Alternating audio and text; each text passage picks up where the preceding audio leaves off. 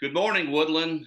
Welcome back to our summer series about calling, where we're examining God's call to each of us, individually and collectively. This morning, I'm delighted to introduce folks to you that you already know, people that you need to get to know better, Jenny and Ray Cook Fur. And I think I'd like to let you tell folks a little bit more about yourselves. Uh, where did you grow up and what was your family like? And what was faith like in your growing up years?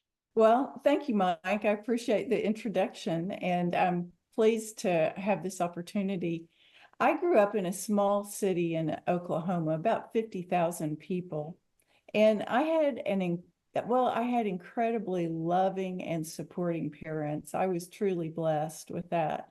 They always encouraged me to follow my passion, and they also took me to church 2 to 3 times per week. They were both active and leaders in our church and in our community. Um, I knew the church loved me. My Sunday school teachers just embraced me and made me know God's love through them. My dad was an entrepreneur and he had several successful businesses. Um, and he was also mayor of our city and pretty much every other civic leadership position I can think of. He was state highway commissioner one time and also served on the Southern Baptist Sunday School Board. And frankly, this was at a time when fundamentalism was just starting to bubble up when he was serving on that board. But my mom also was, um, she was his partner in about everything he did, every business. So for a woman who was born in 1925, she was very progressive in terms of working outside the home, but also my brother and I never felt that she was not available to us. She had the freedom in working in this business to sort of come and go. In the businesses that they were in, my dad was always the idea person, and my mom was the one who made things happen. Hmm. She was, the head of she was the president of the YWCA for decades. And she also became the chair of the board of directors of the Baptist Hospital. So I guess I'm saying I was just very proud of my family. The year I entered college was the year my dad decided to go to seminary. So he was sort of retiring and he decided to go to seminary just because he wanted the education, but also because I think he had been confused at the Sunday school board about things that were happening there. And he just wanted some answers for himself and to see how he could minister. My mom also went back to college that year. So education was it was a high priority in our house. I was very proud of him, right? Well, unlike Jenny growing up in the city, I grew up in rural Louisiana in the country in a very devout Christian home with my three sisters and my parents. And, we were in church every Sunday, twice on Sunday and on Wednesday night. We were there for vacation Bible school. We were there for study course. We were there every time the doors opened. My parents felt it critical for us to be in the church. And that happened from the time I was born all the way through my life. My dad we made our living with a small patch of cotton and raising some beef cattle and working in construction. But my dad put aside the construction part of it as he got older and went to work as an outside salesman for Sears and Roebuck. And my mom was an activities director in the local nursing home. Neither one of them had a college education, but they certainly wanted it for our kids. And I was the first one to graduate from college. And then, of course, my three sisters also graduated from college. And somehow my parents were able to provide all of us that education that they wanted for us. Life was very much a struggle, but my parents were determined to give us opportunities that they didn't have. They never had the opportunities themselves.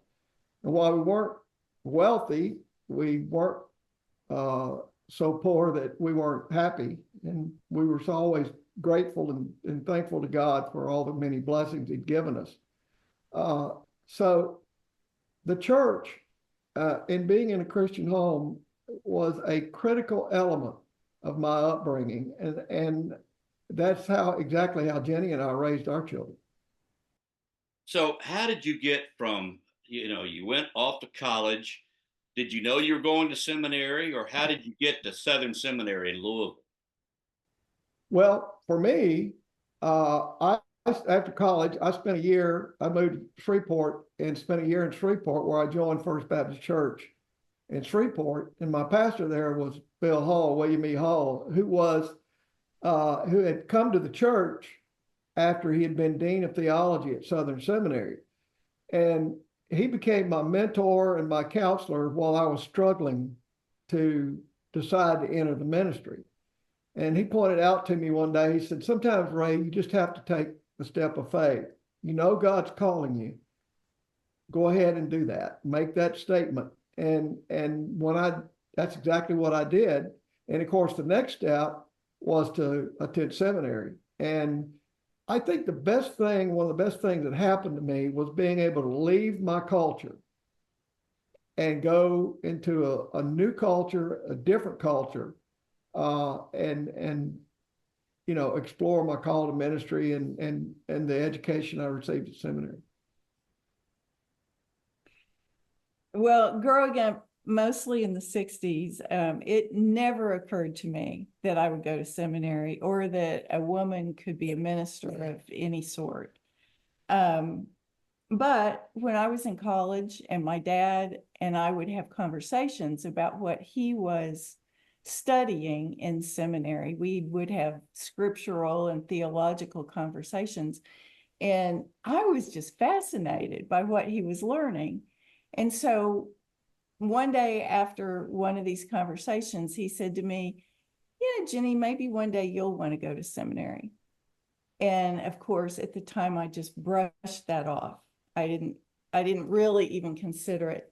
But looking back now, I am confident that that statement gave me the permission I needed to move ahead with what was already a developing call in my life from God to go into ministry. After I graduated from college,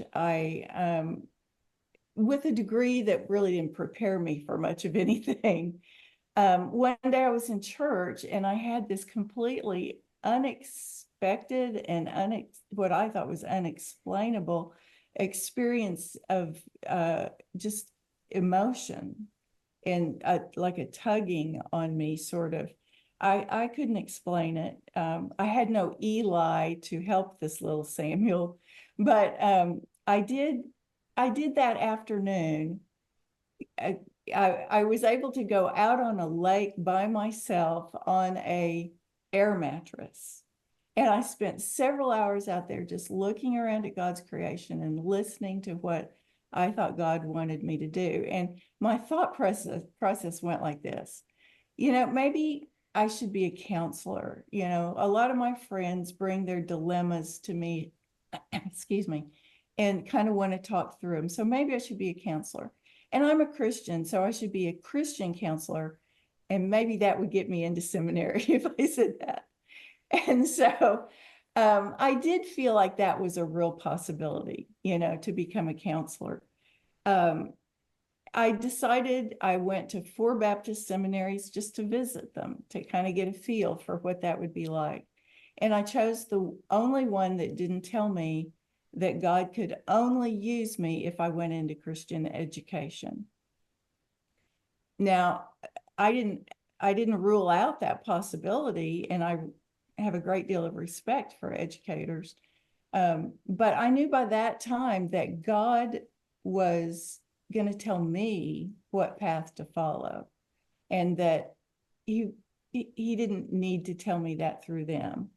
So I went to seminary not knowing what path I would follow. And it was really tough to do that. I had to move a number of states away from all my family and all my friends. And it was also hard because I knew I was walking into a lot of opposition.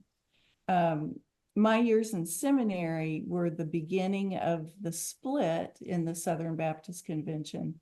And one of the main reasons that the split happened was over women in ministry, whether that was okay or not. So this plan sort of felt like walking off a cliff.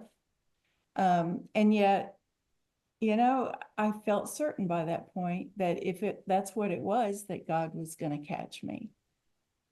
When I got to seminary, Ray was one of the first people I met. And he seemed eager to show me the ropes around. He'd been there a while already. And he was gregarious and confident and smart. And, you know, we started studying together in the library, but we were just friends at first.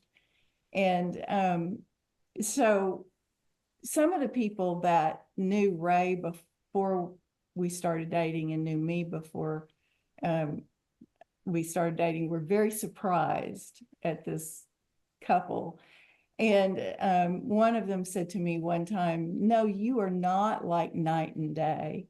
You're more like Alpha and Omega." And I thought, you know, that's really true. We are. And I, you know, as the counselor mind that I had at the time, I thought, well, maybe we need to go to counseling premarital and talk about this. And they did a whole bunch of tests on us. And I remember the person saying to us, "You are so different, opposite on every scale, that you will have a very difficult time communicating." And I think we both agree that that's true. But he also said, because you kind of, between the two of you, you kind of cover everything, you know, there's probably nothing that you're going to meet in life that if you don't face it together, you won't have the ability and the skills to deal with. And I thought, well, that's kind of God's calling on our lives too. And I do feel like God had us intended for each other. Wow. You obviously passed the test. Well, 43 years. Yeah, we'll see. It's worked out. It's worked out. It's a keeper. Well, at But- seminary, what did you learn about yourself, and what did you learn about your calling, and how did that kind of transform itself into your vocation?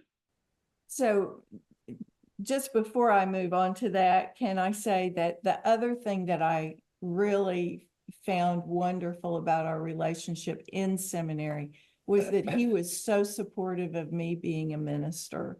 And when I knew I needed to seek ordination, he was all in on that and has always supported me. But, you know, anytime I felt like I needed to step outside of the box, whether it was based on social norms or whether it was based on my own, you know, my own comfort zone, he was always there to cheer me on. Why don't you take that one about vocation? Let's start with that one. Okay. Well, for me, calling was a very, very hard struggle because I knew I was called to the ministry even before I made a profession of faith because I was too scared to walk down the aisle. But I knew that I was called to ministry at a young age. But the problem was I never felt that I was worthy, and I couldn't even fathom the idea that I could live up to the calling of being a minister. So accepting calling was very difficult for me to overcome. I've always said I felt more comfortable with the sinners than I have with the saints. And for me, it has been that way, and that so much of my ministry has been among people that would never enter the church's door. But as a child, I was a strange little guy because I would sit around and read my Bible at night. You know, we only had 3 channels on the television, only one of them worked. So, you know, it was nice. It was easy for me to find time to read. But I loved reading the Old Testament stories in Genesis and Exodus and Daniel and so many of those old stories. but the only translation I had to read in was the King James Version, so that was hard to understand. And unfortunately, without resources, I grew pretty an unhealthy fear of God there for a while. But as I matured, I could come to understand that and in seminary taught me to read the Old Testament through the eyes of Jesus with love and grace. And then I could see the love and grace of God in the Old Testament too. I preached my first sermon when I was 13 because it was Youth Sunday and nobody else would do it. But I knew then it felt right that that there was a gift there that I needed to develop. So at 15, I was preaching youth revivals all over the state and even doing pulpit supply on Sundays. So as a teenager, I grew up preaching. Of course, at that time, we didn't have a lot of mentors and there wasn't a lot of television except Billy Graham. So he was really kind of one of my only models, that my local pastor. But the biggest struggle I had with my calling is that I wasn't called to the pastorate. And then after serving, I knew that definitely for certain. And after serving as a summer missionary in Africa, I knew that I wasn't called to the missions field. So I had other options I could explore there, but it was in seminary that, after I'd taken that step and said, okay, God, I'm committing my life to you, and this is my call. You got to figure out what I'm going to do in my life. Help me figure this out. So in seminary, one of the extra courses I took, crip course, so to speak, was a course in creative writing. And we found there that I had a natural talent that needed to be refined. And so I worked on that really hard. And then I took a job, was selected among all the students to be a staff writer for the Kentucky Baptist newspaper, the Western Recorder. And I worked there as a staff writer covering stories for the state. So after Jenny and I got married, I was going to pursue that line of work. And we knew that our callings were going to be really tough. We knew that gelling our ministries together or following our own calling was going to be tough, but we were dedicated, completely committed to encouraging and supporting each other. And the first realization that it was going to be a bumpy ride was when I was offered a position with Arkansas Baptist Right out of seminary. right out of seminary to work and write for them, be a writer for them. And then when I told them that my fiance was an ordained minister, they withdrew the offer. So we were astounded. And I just could not believe how some people could be so stupid. But God was still at work there. And after we married, we moved to Dallas. God saved us from that. Yeah, God saved us from that. That would have been a bad scene. Well, it's Arkansas. So here we are. We moved to Dallas, and I didn't have a position. And fortunately, the doors opened, and I went to work where Jeni was working and continuing her training for chaplaincy and clinical pastoral education. And after we got married there, we moved to Dallas, and I went to work as a staff writer in the public relations department. And I served there for 20 years in denominational work, writing, and ended up as the director of marketing communications until God opened another door. Nobody was asking me to preach at 13, and I couldn't have. I mean, I can public speak when I need to, but it doesn't come naturally to me.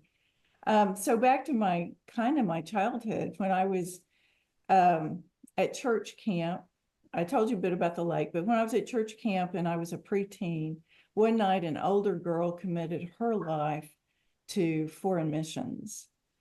Africa, she said. And she was affirmed for that. But I knew I couldn't do Africa. And so I was feeling a tug that week that, God was wanting me to think about or do something.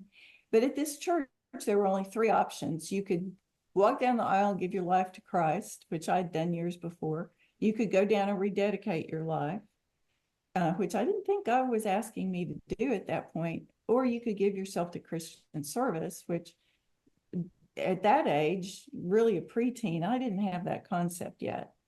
But you know what? I walked the aisle anyway, just because I felt like I needed to respond to whatever God was saying to me. And even though I didn't understand it again, but they told me at the front I was rededicating my life. So anyway, I felt like I had done what God asked me to at that point. About that same time, my social studies teacher called each of us up to her desk individually and said, "What do you want to be when you grow up?" And she was writing our names and this decision down in a book. So it felt very formal, and she asked me, and I said, "Well, I don't know. I just want to help people." And she said, "Oh, you want to be a nurse?" I went, "No." And she said, "Well, then you want to be a social worker?" I said, you know, "Tell me what that is." And then, "I don't think so." And then, "Oh, you want to be a physical therapist?" "No." "Put me down for a social worker, just because I don't know what you're saying, but just put me down for a social worker." Neither of us could envision anything in ministry at that point. And so, it was just another time that I reflect on when I think, if I could have said, "Oh, I know what I want to be. I want to be a minister," maybe that wouldn't have worked well with her either. But I just didn't know, because none of us could envision that. During seminary, though, we had to do a practicum. Most people did it in a church, but I could do it in a hospital, which was my preference. I did clinical pastoral education, and I just loved it. By the day I left, the first day, I thought, this is so exciting. And by the end of that week, I thought, yeah, I think this is where God's calling me into this kind of ministry. And it was a secular setting. And so it was perfect for several reasons. First of all, I didn't want to fight daily with Baptists about this. I didn't want my life to be always in opposition. And the second reason is that my passion was just elsewhere anyway. I wanted to be in crisis ministry, because what I was learning was that people who are, in whatever degree, are often so much more open to hearing the gospel or listening to God at that moment. And so that's what really attracted me to that. In seminary, God had made it clear to me that Jesus was calling me to minister, or God was calling me to minister to the people Jesus called the least of these. And so that began in Baptist hospitals, and also in safety net hospitals, and in prisons, and then later in veterans hospitals. But I was always primarily a Protestant chaplain in an ecumenical setting. And I loved working with people who were, of all faith groups, the patients, the families, and the staff. And I also learned so much from working with chaplains of different faith groups. And, there were many more times in my life when I felt God calling or just nudging me to different things. And what I felt like my role was just to simply walk through the door that God was opening. I kind of think God calls all of us, and maybe frequently. My nudges have come in many forms, the way God tugs at me. And when all of those nudges start to line up, then I can see God's path.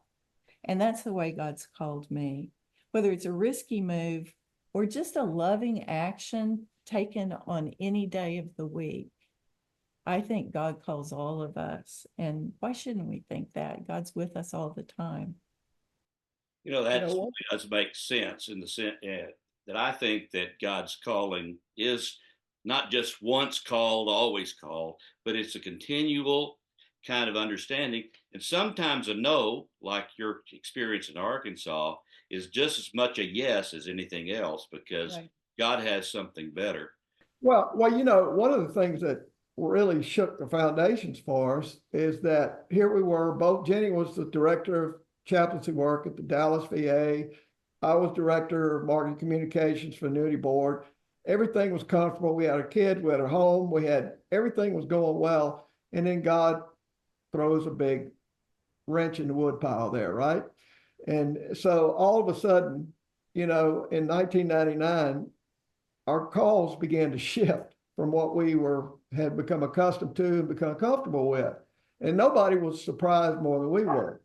So Jeni, in that year, we moved to Virginia because Jeni had been appointed by the Secretary of Veterans Affairs to become the first woman and the first Baptist to ever serve as the National Director of Chaplain Service for the VA healthcare system nationwide. It was a big job.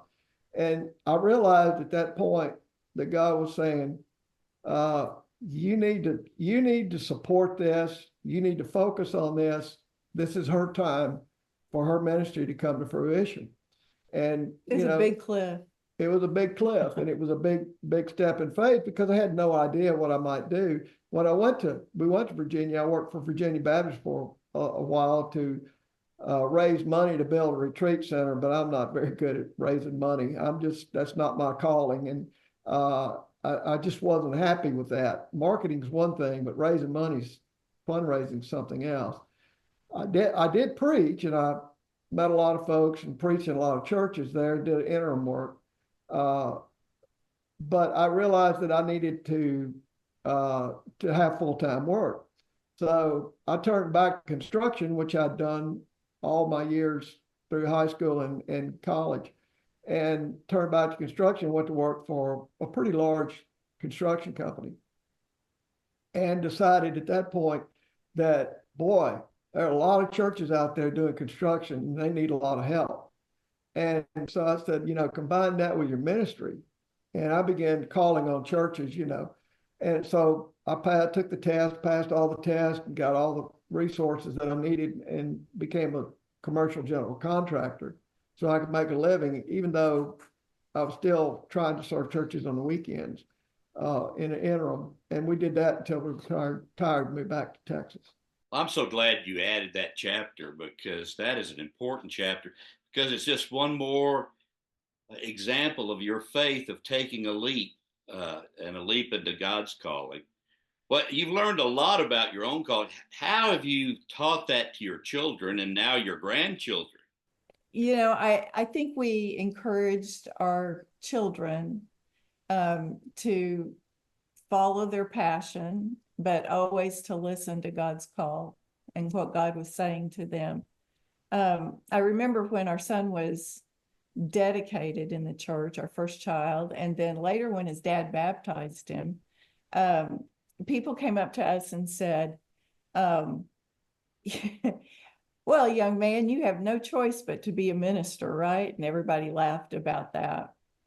Well, Casey is now serving God's kingdom by he's doing more than his part to respect and be a lead steward in God's creation.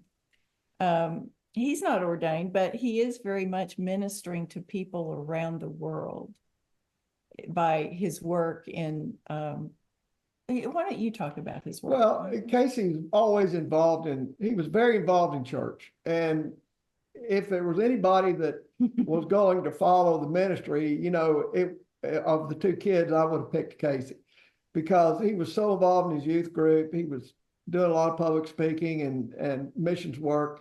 But he had a very deep interest in biological sciences.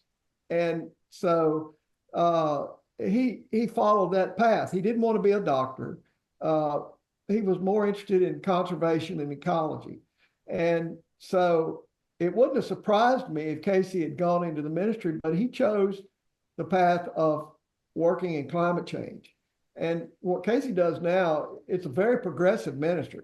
He goes all over the world and helping companies adapt and prepare for climate change and new things that they can, new products that they can offer, and like for instance, setting up the charging stations, just all of the cutting edge things, and that's what Casey does for a living. It absolutely loves it, and his whole work is a product of his faith. I mean, he did that. Now, what really surprised me was when our daughter, Caitlin, who was involved in gymnastics very deeply, more so than the church group, because gymnastics took so much time. But she went to school at William and Mary, graduated public policy. And she called Jenny and me one night. And she said, Mom and Dad, I think God is calling me into ministry. And I had to pick my jaw up off the floor because I didn't know how to respond to that. We both thought she was joking. We thought at first, what? And she was very, very serious about it. I mean, she had the same kind of theological persuasions that Casey did, but she just never had expressed it as much as he had. So she ended up going to Candler School of Theology and the public health department there, and she got her master's in divinity and got her master's in public health. And she now works for CDC Foundation, working with churches and other nonprofit groups in public health issues. And she and her husband are both very much involved in the local church, but the majority of her ministry is occurring, and she was ordained too. She is majority of her vocation is outside the walls of the local church. And maybe one of the greatest joys of my life is seeing that she has not experienced the same kind of resistance to going into ministry that I did. It's like just a completely different era now, where certainly among cooperative Baptists, women in ministry are welcomed. And that's a glorious thing, I think, for her and her calling. This has been terrific. Do you have anything that you would say about Woodland's calling? Anything else that you would like to say about calling, period? Yeah. Well, when Jenny and I, the first Sunday we attended Woodland, I turned to Jenny and I said, we had visited other churches. I turned to Jenny and I said, this is it. And I mean, this is the church for us, but I want to keep an open mind of it. But I think Woodland's call to the ministry, Woodland people are willing to look outside the box and reach out and do things. For instance, what we're doing with climate change, for the things that we're doing with immigrations work. These are things that are outside the box of a normal Baptist church, and it's prophetic. And I think that's part of what Woodland's call is to be prophetic in the time when we very much need to hear the word of God and pronounce the word of God to the community. I would say that since the time I was a child in Sunday school, this church is where I feel most at home ever. I've been in many churches since then, but when we came to Woodland, I immediately felt like this was home, and that, that everybody had the opportunity to be themselves. Woodland is a very forward-thinking group of Christians, and I see us leaning into the kingdom that God envisions for us, and the one that Jesus came to bring about. And I just want us to keep avoiding trying to put God in a box like a lot of churches do. So I guess I want to say just both I think Woodland embraces both the tenderness and the boldness that we see in Jesus Christ in our scriptures. And I love it. Well, you both are inspirations for me and for our church. I appreciate your wisdom and your intelligence, but more than anything, your passion. Both of you have that passion that inspires all of us. Thanks for sharing from your heart. It makes a difference. Thank you. Thank you.